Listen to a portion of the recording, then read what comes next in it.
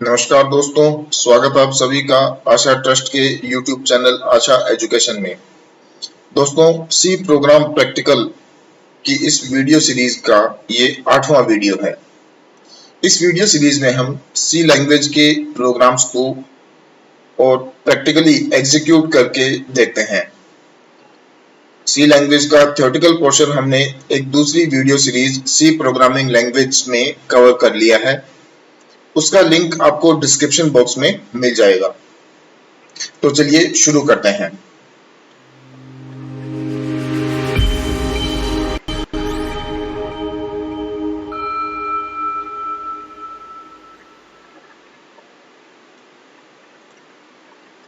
दोस्तों, नई file open करने के लिए डेवलपर सी प्लस प्लस के इस सॉफ्टवेयर में हम वेलकम स्क्रीन में न्यू डॉक्यूमेंट पे क्लिक करते हैं। ये हमारी नई फाइल ओपन हो चुकी है। हमें जो प्रोग्राम इस वीडियो में डिस्कस करने हैं उनमें से एक है कि नंबर ऑफ डे के according name of day print करवाने के लिए प्रोग्राम बनाना है। तो चलिए अपने इसको एक बार क्वेश्चन को कमेंट लाइन में लिख लेते हैं ताकि हमको याद रहे और उसके अकॉर्डिंग हम प्रोग्राम अपना बना सकें। तो according to number of day print name of day, ये अपना क्वेश्चन है।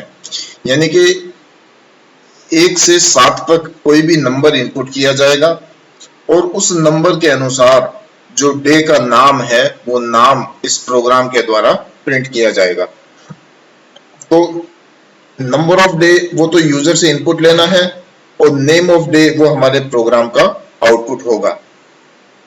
तो इस क्वेश्चन को सोल्व करने के लिए हम किसी कंडीशन की बजाय स्विच केस स्टेटमेंट का यूज करेंगे। यानी कि इफ एल्स स्टेटमेंट की बजाय स्विच केस स्टेटमेंट का यूज करेंगे। तो चलिए देखते हैं। पहले अपने प्रोग्राम को सेव कर लेते हैं, Ctrl+S, और फाइल का नाम अपने दे देते हैं कि name of days, name of day .c जो एक्सटेंशन नेम है वो हमको रखना है। फाइल सेव कर ली। अब अपने मेन फंक्शन शुरू करते हैं। हेडर फाइल्स इंक्लूड कर लेते हैं पहले। तो हैश इंक्लूड stdio.h और मेन, और इसमें हम वेरिएबल्स क्या क्या लेंगे। तो हमको डे का नेम प्रिंट करवाना है नंबर के अकॉर्डिंग। तो उसके लिए अपने एक इंटीजर वेरिएबल ले लेंगे और इंटीजर वेरिएबल अपने ले लेते हैं कि n, और अपने मैसेज प्रिंट करवाते हैं printf की हेल्प से। printf enter a number 1 to 7, यानी कि 1 से 7 के बीच में नंबर इनपुट कीजिए। ये अपन ने ऐसा मैसेज आउटपुट स्क्रीन पे प्रिंट करवा दिया। अब स्कैनफ की हेल्प से हम क्या करेंगे, जो n है n की वैल्यू को रीड करवा लेंगे। तो %d एड्रेस ऑफ n। इस तरीके से वैल्यूज जो ये नंबर ऑफ डे है वो और स्कैनफ की हेल्प से यूजर से इनपुट ले लिया जाएगा। अब हमको क्या डिसाइड करना है कि जो नंबर ऑफ डे इनपुट किया गया है उसके according name of day print होना चाहिए। तो उसके लिए हम लोग स्विच स्टेटमेंट का यूज करेंगे। स्विच, अब ये स्विच स्टेटमेंट कैसे काम करता है वो सारा मैं आपको एक लाइन आपको मैं एक्सप्लेन करूंगा। तो आपको देखिएगा, एकदम इजी है। हम इसमें अलग अलग केस बनाते हैं। जैसे अपन ने केस बनाया केस 1, और इस केस के अंदर अपने और कोई वर्क परफॉर्म करते हैं कि जैसे अपन ने वर्क परफॉर्म किया printf, और यहाँ अपने लिख देते हैं /n संडे, और लास्ट में मैं क्या करता हूँ सेमीकोलन लगाता हूँ, और यहीं पर मैं क्या लिख देता हूँ ब्रेक। ब्रेक स्टेटमेंट यहीं पे लिख देता हूँ। अब मैं इसी लाइन की कॉपी कर लेता हूँ ताकि टाइप करने में टाइम वेस्ट ना हो। अब अपने हम जानते हैं भी एक सप्ताह में 7 दिन होते हैं, तो इसीलिए हमने और ये 7 अलग अलग केस बनाने हैं। तो मैंने कॉपी कर लिया है, कंट्रोल V, हम 7 बार इसको पेस्ट कर लेंगे।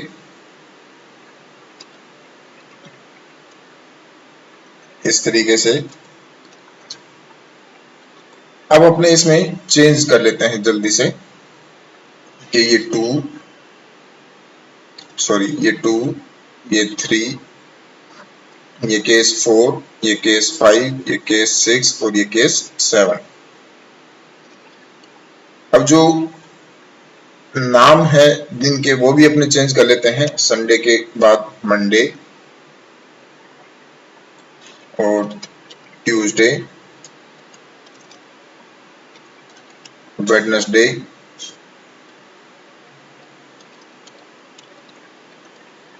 थर्सडे के बाद फ्राइडे और फिर सैटरडे। तो इस तरीके से अपन ने ये 7 अलग अलग केस बनाए और इन केस के एंड में अपन ने ब्रेक स्टेटमेंट लिखा है। अब ये सब क्या काम करेंगे, कैसे काम करेंगे, वो सारा कुछ मैं आपको अच्छे से एक्सप्लेन करूंगा। पहले ये पूरा प्रोग्राम अपने टाइप कर लेते हैं, फिर अपने डिफॉल्ट केस बनाते हैं, FAULT। डिफॉल्ट भी एक कीवर्ड होता है और ये डिफॉल्ट कीवर्ड जो है ये तब एग्जीक्यूट होता है कि जब दिए गए जो केस हैं वो मैच नहीं हो रहे हैं, तब ये डिफॉल्ट कीवर्ड एग्जीक्यूट होता है।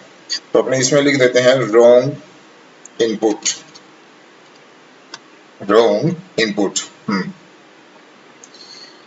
तो इस तरीके से अपन ने ये और प्रोग्राम लिखा। बस ये प्रोग्राम अपना इतना ही लिखना है।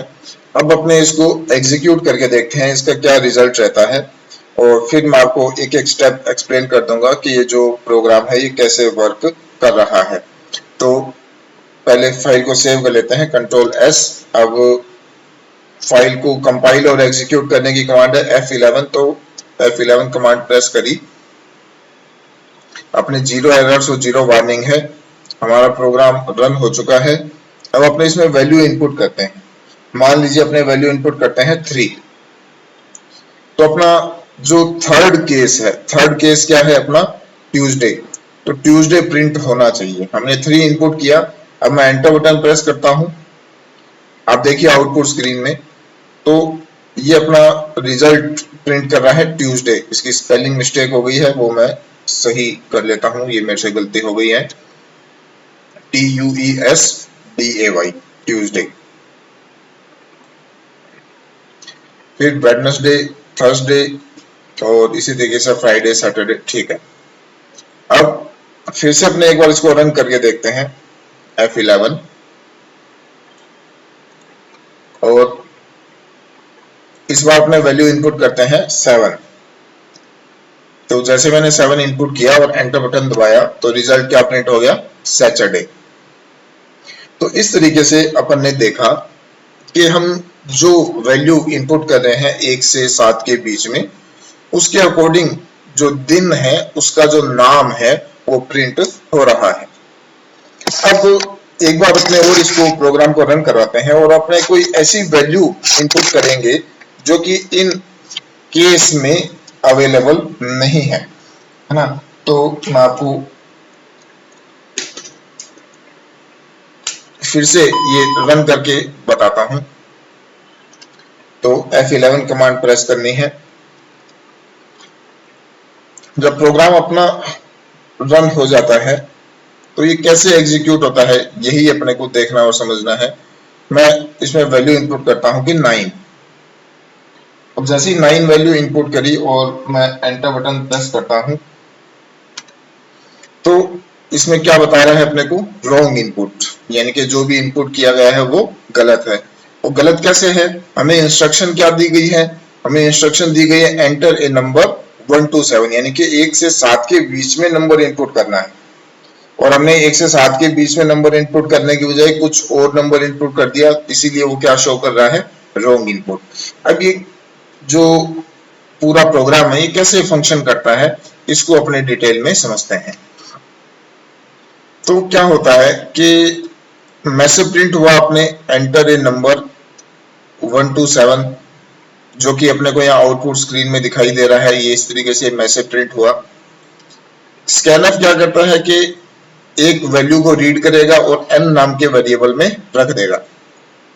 तो जो भी हमने वैल्यू यहाँ इनपुट करी, जैसे इस के अंदर अपन ने 9 इनपुट किया था, तो वो 9 इसको इनपुट मिला और वो n वेरिएबल में चला गया। अब इस स्विच स्टेटमेंट में जो ये आर्गुमेंट है n, तो n में वैल्यू क्या है, 9।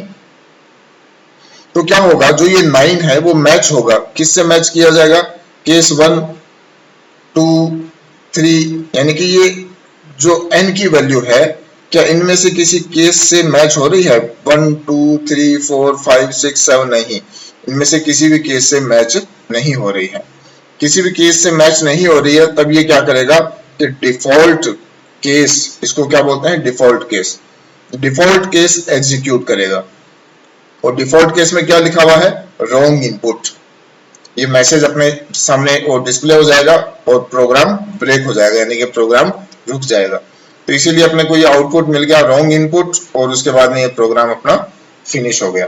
अब एक बार और अपने इसको रन करवा के देखते हैं, ताकि आपको ये एकदम अच्छे से क्लियर हो जाए। तो इस बार अपने वैल्यू इनपुट करते हैं कि 2। अब जैसे मैंने यहाँ वैल्यू 2 इनपुट करी, तो क्या होना चाहिए कि n के अंदर वैल्यू आ गई 2, ये जाएगा स्विच स्टेटमेंट में n। तो जो केस सेकंड है ना, n की वैल्यू कितनी थी, 2 है, ये n की वैल्यू अपन ने यहाँ 2 इनपुट करी है। तो जो केस सेकंड है वो एग्जीक्यूट होगा, और उसमें अपन ने क्या लिखा हुआ है, प्रिंटफ मंडे, यानी मंडे प्रिंट हो जाएगा। और ब्रेक, ये जो ब्रेक स्टेटमेंट है ये क्या करेगा, प्रोग्राम में जो ये स्विच स्टेटमेंट है उसको यहीं पर रोक देगा, यानी उससे आगे का कोई भी केस चेक नहीं होगा, ये यहीं पे ब्रेक हो जाएगा। और ब्रेक होते ही ये क्या हो जाएगा, इस स्विच स्टेटमेंट का जो ये कर्ली ब्रेस है, इससे ये बाहर ले आएगा और अपना प्रोग्राम कंप्लीट हो जाएगा। तो अब मैं यहाँ जैसे एंटर बटन प्रेस करता हूँ, और देखिए एंटर बटन प्रेस करने पे रिजल्ट क्या शो हुआ, मंडे, और अपना प्रोग्राम कंप्लीट हो गया। तो इस तरीके से ये स्विच केस स्टेटमेंट वर्क करता है। इसके बारे में आपको कुछ एक चीजें और बताता हूं कि स्विच केस स्टेटमेंट का जो ये आर्गुमेंट है, इस आर्गुमेंट में या तो इंटीजर वैल्यू आएगी या फिर कैरेक्टर वैल्यू आएगी। उसके अलावा इसमें फ्लोटिंग पॉइंट एक्सप्रेशन या फ्लोटिंग पॉइंट नंबर को आप इनपुट नहीं कर सकते, एरर आएगी, या आप इसमें स्ट्रिंग को इनपुट नहीं कर सकते, उसमें भी एरर आएगी। तो स्विच स्टेटमेंट के आर्गुमेंट के रूप में या स्विच किसको स्विच करेगा, इंटीजर वैल्यू को या कैरेक्टर वैल्यू को। तो ये इसका, और मेन आपको जब स्विच स्टेटमेंट लिखते हो तो आपको ध्यान रखना है। एग्जाम में कई बार इस क्वेश्चन को पूछा जाता है, उसका रीजन ये है कि ये जो स्विच स्टेटमेंट है ये हमारे डेली लाइफ में बहुत जगह यूज होता है, और इसको जो इसका जो सिंटैक्स है, यानी इसको लिखने का जो तरीका है वो थोड़ा सा बड़ा है। तो कम शब्दों में ज्यादा चीज को जहां एक्सप्लेन करना पड़ता है, वही क्वेश्चन एग्जाम के लिए इंपॉर्टेंट होता है, और इसी वजह से ये आपसे ये क्वेश्चन बार बार पूछा जाता है। तो अब अपने इसी स्विच केस का कुछ एक और एग्जांपल देखते हैं। तो नेक्स्ट नई फाइल ओपन करने के लिए कंट्रोल एन कमांड प्रेस करी। अब जो अपनी क्वेश्चन है, क्वेश्चन अपना क्या है, अपने को क्या करना है कि फोर फंक्शन कैलकुलेटर बनाना है। ये बहुत ही मजेदार क्वेश्चन है, और इससे आपको रियल लाइफ से एकदम ये जुड़ा हुआ है। जैसे ही आप इस क्वेश्चन को देखोगे और समझोगे, आपको पता लगेगा कि हाँ, ये क्वेश्चन या इस तरीके के क्वेश्चन हमारे रियल लाइफ में कितने यूज होते हैं, हम कहाँ कहाँ पे इनको ऐसा यूज करते हैं। तो अपने को क्या करना है, यहाँ मैं लिख देता हूँ फोर फंक्शन कैलकुलेटर।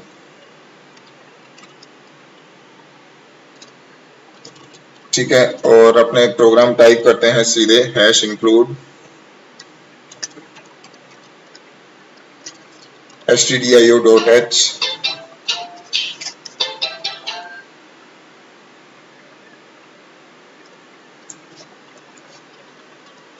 और इसके अंदर अपने int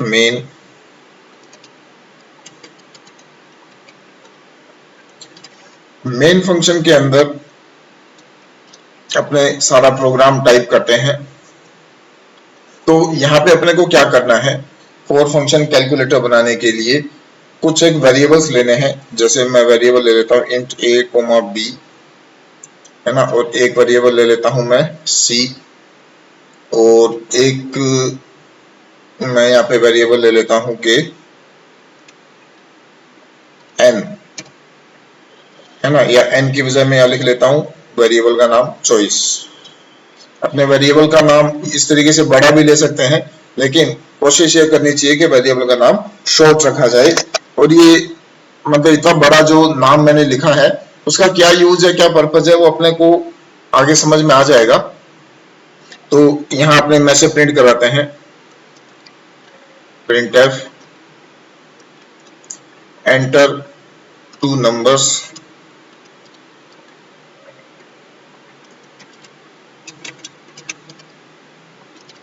enter two numbers, scanf, और scanf में अपने को क्या करना है %d और यहाँ अपने को लिखना है कि address of a, address of b, और यहाँ आ जाएगा अपना सेमीकोलन।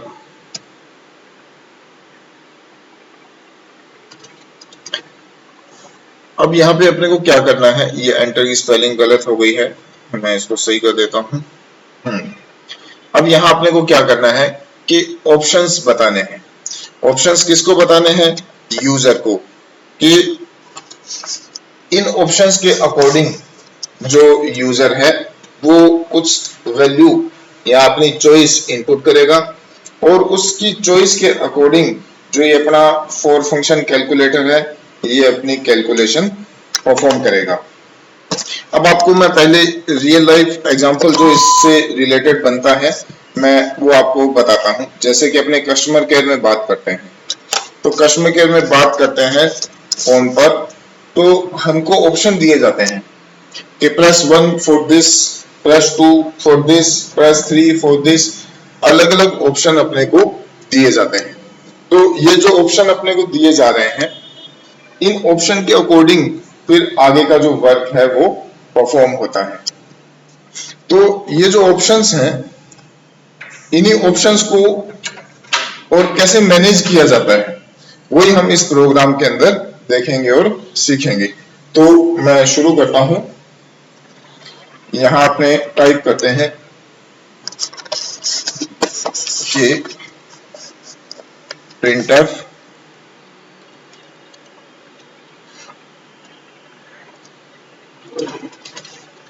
press 1 for addition,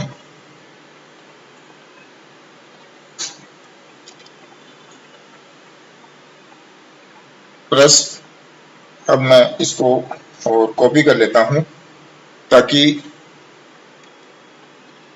आप अपने को और टाइप करने में टाइम वेस्ट ना हो।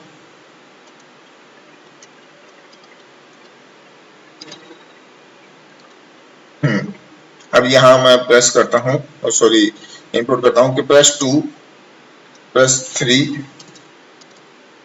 और प्रेस 4। प्रेस 2 4 क्या आ जाएगा, सब्ट्रैक्शन, तो मैं यहां लिख देता हूं सब्ट्रैक्शन, और प्रेस 3 4 आ जाएगा मल्टीप्लिकेशन,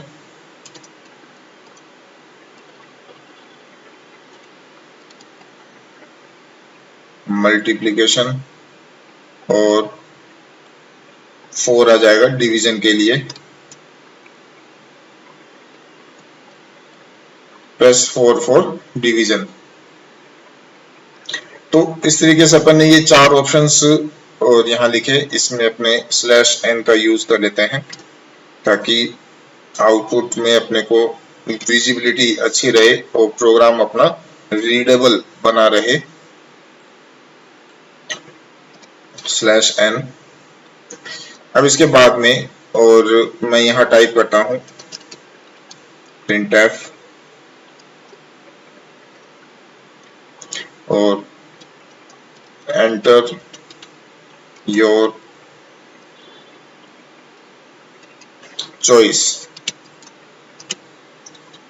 ये मैसेज प्रिंट करवाया और यहाँ पे मैं क्या करता हूँ scanf का यूज करके और %d और एड्रेस ऑफ चॉइस। ये वेरिएबल का नाम चॉइस मैंने इसलिए लिया था कि यहाँ पर जो भी यूजर की चॉइस होगी, यानी ये अपने को 4 ऑप्शन दिए गए हैं 1, 2, 3 और 4। तो इन चारों में से कोई एक ऑप्शन यूजर को सिलेक्ट करना होगा। तो जो भी ऑप्शन यूजर या जो भी चॉइस यूजर सिलेक्ट करेगा उसके अकॉर्डिंग उसका जो वर्क है, उसकी जो कैलकुलेशन है वो परफॉर्म हो जाएगी। तो अपने और यहाँ अपने स्विच के स्टेटमेंट शुरू करेंगे। स्विच और यहाँ मैं लिख देता हूँ चॉइस और यहाँ पे केस बनाते हैं अपने केस 1। अब केस 1 में अपने को क्या करना है printf। अब यहाँ लिखना है अपने को वही सेम कि एडिशन इक्वल्स टू और यहाँ मैं लिख देता हूँ कि %d।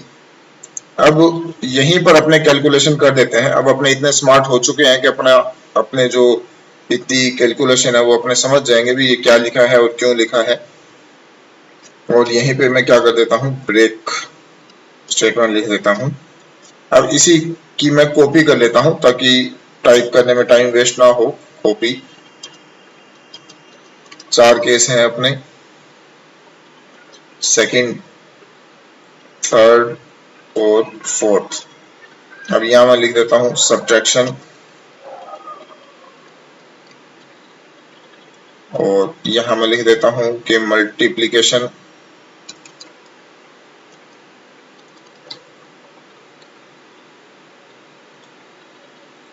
यहाँ भी स्पेलिंग गलत हो गई थी मल्टीप्लिकेशन की, तो वो सही कर दी है। और डिवीजन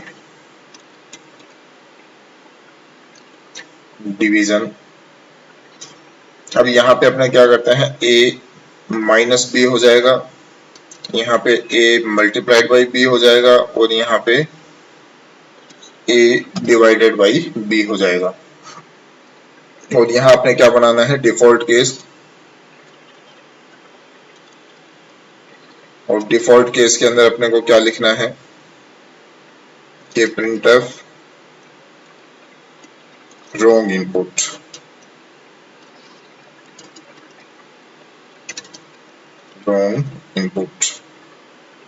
/n अपने यूज कर लेते हैं ताकि प्रोग्राम की रीडेबिलिटी अच्छी हो जाए।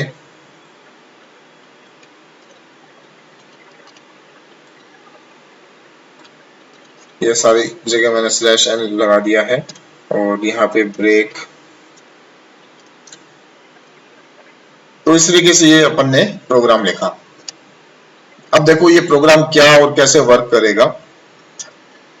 हमको ये 4 ऑप्शन दिए जाएंगे, इन चारों में से कोई एक ऑप्शन हमको सिलेक्ट करना होगा और जो ऑप्शन अपने सिलेक्ट करेंगे उसके अकॉर्डिंग इसमें केस जो है वो मैच किया जाएगा और जो भी केस मैच होगा उसके अकॉर्डिंग जो भी काम है वो वर्क जो है वो परफॉर्म किया जाएगा और अपना जो प्रोग्राम है वो कंप्लीट हो जाएगा। यदि जो चॉइस है वो अपने गलत चॉइस इनपुट करते हैं तो डिफॉल्ट केस में जाएगा और डिफॉल्ट केस में ही अपन ने लिखा हुआ है कि रॉन्ग इनपुट। अब इसको अपने एग्जीक्यूट करके देखते हैं तो अपने को और ज्यादा क्लियरिटी आएगी। तो मैं इसको सेव कर लेता हूं और मैं यहाँ इसका शॉर्ट नेम लिख देता हूं कैलकुलेटर calc.c है ना, और सेव कर दिया। अब इसको अपने रन करवाते हैं F11 अब यहाँ अपने वैल्यू इनपुट करते हैं, है ना। तो एंटर टू नंबर्स ये अपने को कह रहा है, तो 2 नंबर अपने इनपुट करते हैं। मान लीजिए इनपुट किया 10 और एक नंबर इनपुट किया कि 5। एक बार आपने सिंपल नंबर इनपुट कर रहे हैं ताकि कैलकुलेशन जो है वो अपने को आसानी से समझ में आ जाए। ये नंबर इनपुट कर दिए। अब मैं एंटर बटन दबा रहा हूं, देखिए एंटर बटन दबा रहा हूं तो मेरे सामने ये 4 ऑप्शन दिखाई दे रहे हैं। Press 1 for addition, 2 for subtraction, 3 for multiplication और 4 फॉर डिवीजन। यानी कि आपने जो ये 2 नंबर इनपुट किए हैं 10 और 5, अब इनको जोड़ना है तो 1 दबाओ, घटाना है तो 2 दबाओ, गुणा करना है इनको आपस में तो 3 दबाओ, या ए को डिवाइड करना है बी से, यानी कि 10 को डिवाइड करना है 5 से तो आप 4 दबाओ। तो मान लीजिए अपने क्या करते हैं कि मल्टीप्लीकेशन करना चाहते हैं, तो हम क्या करेंगे, यहाँ पे वैल्यू इनपुट कर देंगे 3, और जैसे ही मैंने 3 इनपुट किया और एंटर बटन मैंने दबाया तो इसने रिजल्ट बता दिया कि मल्टीप्लीकेशन इक्वल्स टू 50, यानी 10 को जब 5 से गुणा करेंगे तो रिजल्ट क्या आ जाएगा, 50। तो इस तरीके से, और 4 ऑप्शंस हमको दिए गए, उन चारों में से हमने एक ऑप्शन चुना, और जो हमने चुना उसके अकॉर्डिंग आगे का जो कार्य है वो परफॉर्म हुआ। मैंने आपको अभी एग्जांपल बताया था कि जब अपने कस्टमर केयर में बात करते हैं, अपने को अलग अलग कार्यों के लिए अलग अलग ऑप्शंस बताए जाते हैं, और हम उन ऑप्शंस में से जो अपने को जरूरत होती है वो ऑप्शन सेलेक्ट करते हैं या प्रेस करते हैं, और फिर उसके अनुसार आगे का जो कार्य है, आगे की जो प्रोसेस है वो पूरी की जाती है। तो सेम इसी तरीके से और ये स्विच केस काम करता है। तो जो कस्टमर केयर का जो वो सॉफ्टवेयर है या जो वो एल्गोरिदम है वो सेम यही एल्गोरिदम होती है, वहां पर भी यही सेम स्विच केस लगा होता है, और स्विच केस की वजह से ही जो अलग अलग ऑप्शंस में से हम एक ऑप्शन को सिलेक्ट करते हैं और उसके अकॉर्डिंग जो रिजल्ट है वो प्रोसेस होता है। हम ऑनलाइन एग्जाम देते हैं, हम मल्टीपल चॉइस ऑप्शन जिनको अपने एमसीक्यू कहते हैं, मल्टीपल चॉइस क्वेश्चन, तो उनमें मल्टीपल चॉइस में से कोई एक को अपने को सिलेक्ट करना होता है, और जो रिजल्ट है वो उसके अकॉर्डिंग अपना जो रिजल्ट है वो बनता है। तो वो सारा जो है वो कैलकुलेशन वो इसी स्विच केस की वजह से और इसी तरीके से वो बनाया और यूज किया जाता है। तो आपको ये अच्छे से समझ में आ गया होगा। नहीं आया है तो आप वीडियो को रिवाइज करके आप देख सकते हैं। फिर भी आपको कोई प्रॉब्लम लगती है तो आप मेरे को कमेंट बॉक्स में लिख के या मेरे को मेल करके आप सूचित कर सकते हैं। मैं आपके लिए स्पेशली फिर से और अलग वीडियो बना दूंगा। तो बढ़ते हैं अगले क्वेश्चन पे जल्दी से। नई फाइल कंट्रोल एन, और यहाँ पे अपने क्वेश्चन टाइप कर लेते हैं कि कैरेक्टर इज वोवल और कॉन्सोनेंट, है ना। तो वोवल और कॉन्सोनेंट कि हम कोई कैरेक्टर इनपुट करेंगे, वो कैरेक्टर स्वर है या व्यंजन। वोवल को हिंदी में क्या बोलते हैं, स्वर, और कॉन्सोनेंट को क्या बोलते हैं, व्यंजन। तो जैसे एबीसीडी है तो एबीसीडी में ए ई आई ओ यू, ये जो 5 अक्षर होते हैं, 5 कैरेक्टर होते हैं, ये वोवल होते हैं। और इन 5 के अलावा जो 21 कैरेक्टर 21 लेटर्स होते हैं वो सब क्या होते हैं, कॉन्सोनेंट होते हैं। तो हमारा क्वेश्चन ये है कि हम एक कैरेक्टर इनपुट करेंगे और हमारा प्रोग्राम ये रिजल्ट बताएगा, ये डिसीजन बताएगा कि जो कैरेक्टर इनपुट किया गया है वो वोवल है या कॉन्सोनेंट है। अब ये कैसे काम करेगा चलिए देखते हैं अपने प्रोग्राम में। तो हैश इंक्लूड stdio.h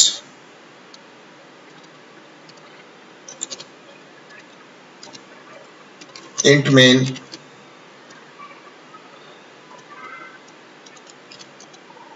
और यहाँ अपने टाइप करते हैं कि जैसे इंट की वजह अपने क्या लेंगे, कैर ch, ch मीन्स कोई भी एक कैरेक्टर अपने रीड करवाएंगे। और यहाँ अपने मैसेज प्रिंट करवाते हैं printf एंटर ए कैरेक्टर, और यहाँ अपने इसको scanf की हेल्प से रीड कर लेते हैं %c, और यहाँ मैं लिखता हूँ ch। अब देखो मैंने यहाँ पे एड्रेस ऑफ ऑपरेटर का यूज नहीं किया है। जब अपने को कैरेक्टर रीड करना होता है तो यहाँ पर अपने बिना एड्रेस ऑफ ऑपरेटर के भी वर्क चल जाएगा। तो अपने आगे इसको देखते हैं, स्विच स्टेटमेंट शुरू करते हैं।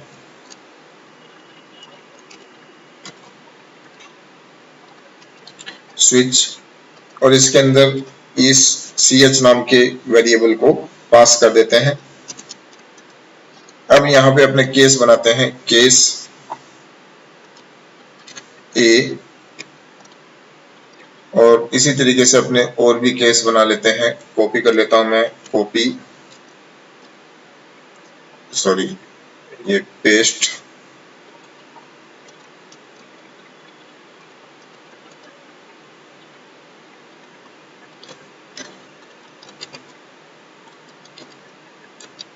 तो यहाँ पर ए ई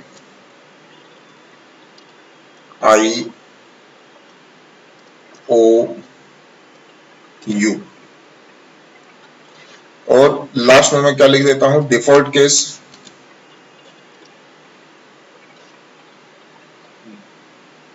ULT डिफॉल्ट, और डिफॉल्ट के अंदर अपने क्या लिख देते हैं, वही same printf wrong input,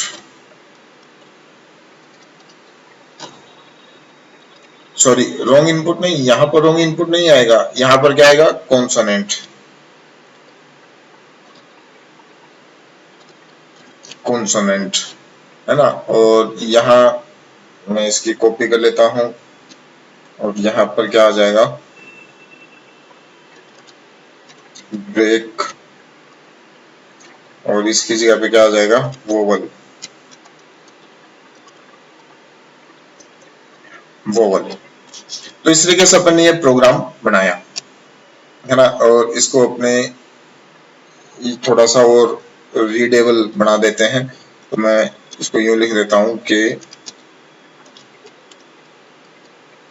character is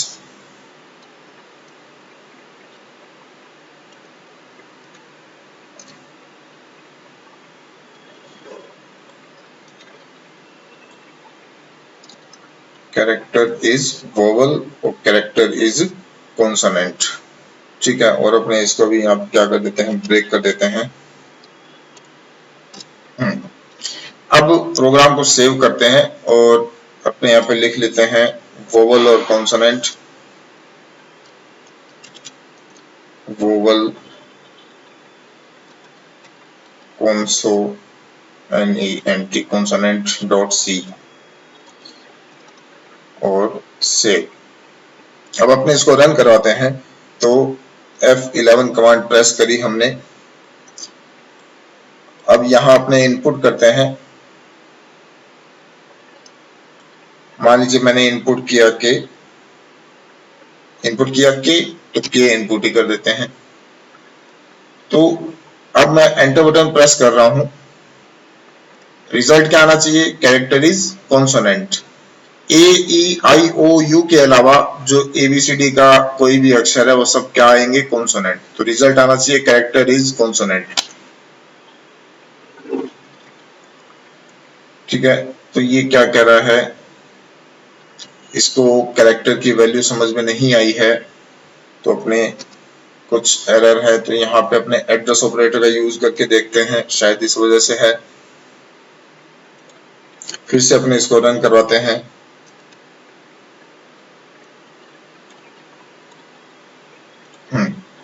और यहाँ वैल्यू इनपुट करते हैं वापस के, तो ये क्या बता रहा है, कैरेक्टर इज कॉन्सोनेंट। फिर से अपने इसको और प्रोग्राम को रन करवाते हैं F11 और F11 प्रेस करने के बाद में यहाँ अपने कुछ कैरेक्टर इनपुट करते हैं। जैसे मान लीजिए मैं इनपुट करता हूं E और एंटर बटन प्रेस किया तो रिजल्ट क्या आ रहा है, कैरेक्टर इज वोवल। तो इस तरीके से अपन ने देखा कि जो स्विच केस स्टेटमेंट है वो मल्टीपल चॉइस में से किसी एक को सिलेक्ट करने के लिए और यूज में लिया जाता है। हमने 3 प्रोग्राम देखे स्विच केस के।